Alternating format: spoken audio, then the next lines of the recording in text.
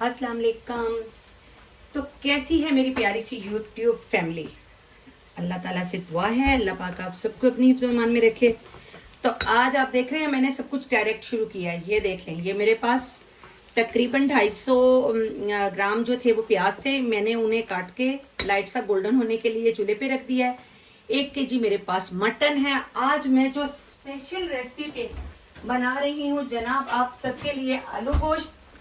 I hope कि आपने ऐसा आलू गोश्त पहले नहीं बनाया होगा, इस रेसिपी पे नहीं बनाया होगा। तो जनाब आप लोगों ने देखा कि हमारे जो प्याज हैं वो लाइट से गोल्डन हो गए हैं और अब जाने लगा है इसमें 1 फुल टेबल स्पून भर के मैंने डाल दिया है इसमें अदरक लहसुन का पेस्ट। तो अब जो है वो ज़रा सा हम इसको भी भून लेते हैं और फिर इसमें हमारा इसके साथ जो मैं चीज़ें वो शामिल करूँगी। मेरे पास है जी, ये देख लीजिए मसाला, ये 2 तेज पत्ते हैं, ये जा रहे हैं इसमें। 1 दालचीनी का टुकड़ा है, 3-4 लौंग हैं, 1 बादियान का फूल है, 1 बड़ी इलायची है और ये 3 छोटी इलायची। तो हम इसको अभी थोड़ा सा लेते हैं भून और फिर हम इसमें शामिल करेंगे मटन। हम बना रहे हैं आलू गोश्त का सालन और आज हम बना रहे हैं बहुत ही यूनिक सी रेसिपी।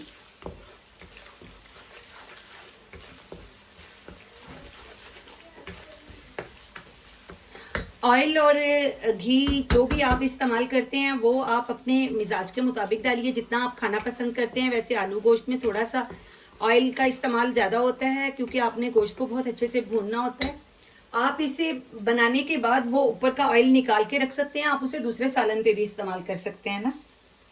तो इसलिए आपने बिल्कुल भी नहीं घबराना कि ऑयल ज़्यादा है।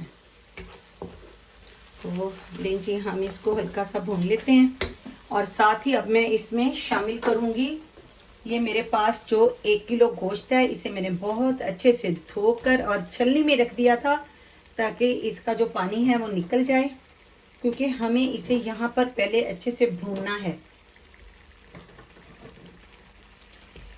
और आलू गोश्त जब आप बनाएं तो आप हड्डी वाला गोश्त ज़रूर इस्तेमाल करें। वैसे तो नॉर्मली हम लोग हड्डी वाला ही गोश्त इस्तेमाल करते हैं जब ऐसी कोई चीज़ बनाते हैं, तो हड्डी से जो है ना वो टेस्ट बहुत अच्छा हो जाता है सालन का ना।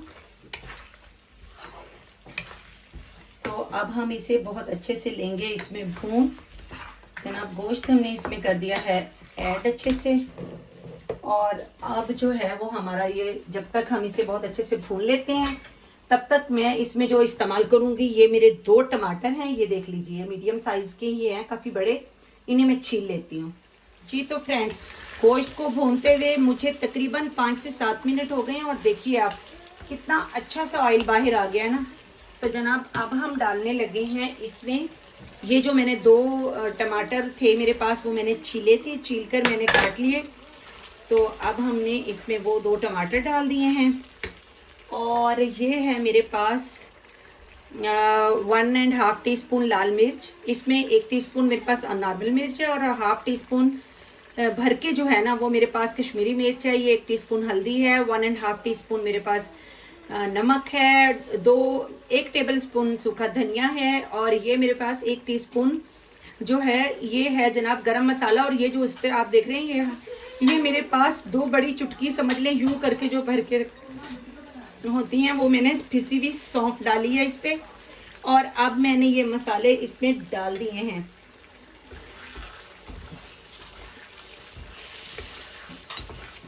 और अब हम इसे अच्छे से लेते हैं चला और 2 मिनट के लिए इन्हीं टमाटरों के साथ मैं इसको ढक के पकाती हूँ। तो फ्रेंड्स हम इसे चेक कर लेते हैं। ये देखें ये जो मैंने इसमें टमाटर डाले हैं मैंने इसे टमाटरों के साथ कितने अच्छे से भून लिया। और अब मैं इसमें शामिल कर दूँगी तकरीबन 2 गिलास पानी, ताकि हमारा जो गोश्त है वो अच्छे से गल जाए।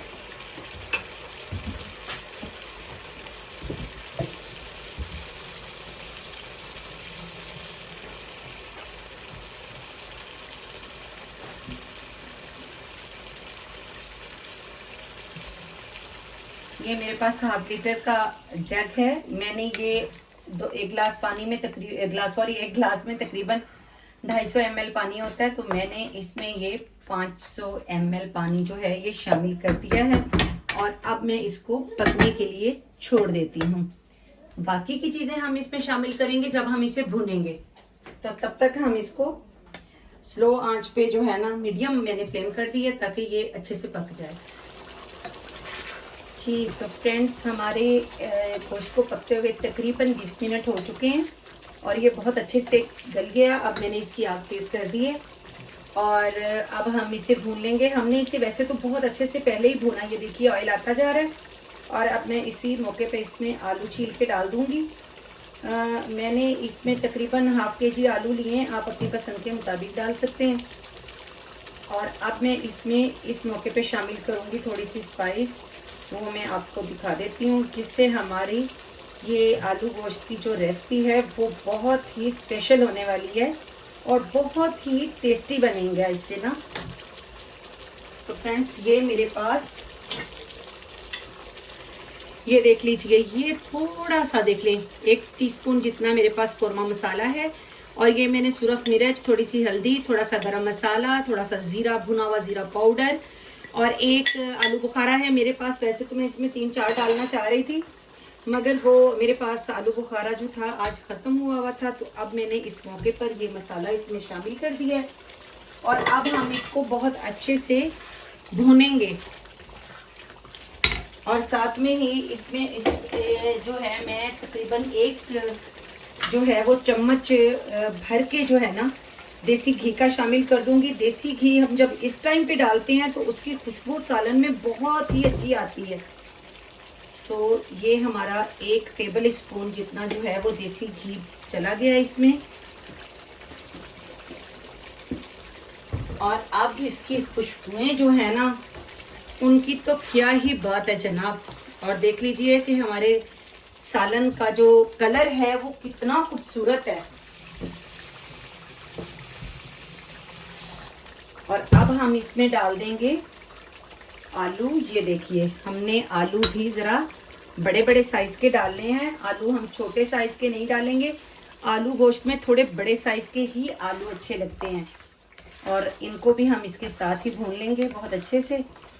तो हमारे जब तक ये सालन को हम अच्छे से भून लेते हैं, तो फ्रेंड्स मैं फिर आपसे तो फ्रेंड्स बताइए कि हमारा सालन अब कैसा लग रहा है। लग रहा है ना बहुत ही ज़्यादा खूबसूरत, खुश शक्ल, और ये उससे भी ज़्यादा खुश जायका होगा।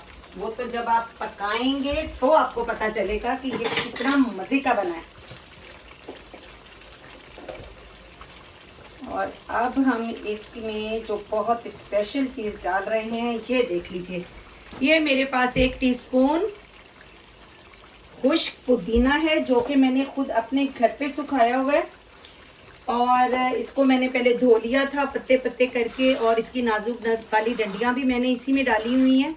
और हमारा अब ये जो गोश्त है ये 2 बार भुन गया। पहले भी हमने इसको मसाला भून के पकाया है और अब भी हमने इसे बहुत अच्छे से आलूओं के साथ भून लिया है। अब आप अपनी पसंद के मुताबिक इसमें शोरबा बना सकते हैं जितना आपको पसंद है।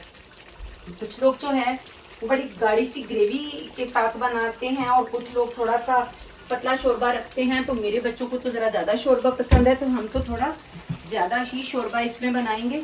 तो मैं इसमें फ़िलहाल ऐड करती हूँ ½ लीटर पानी और फिर देखती हूँ कि इसमें कितना जो है वो हमारी पसंद के मुताबिक का शोरबा, क्योंकि अभी आलूओं ने भी गलना है।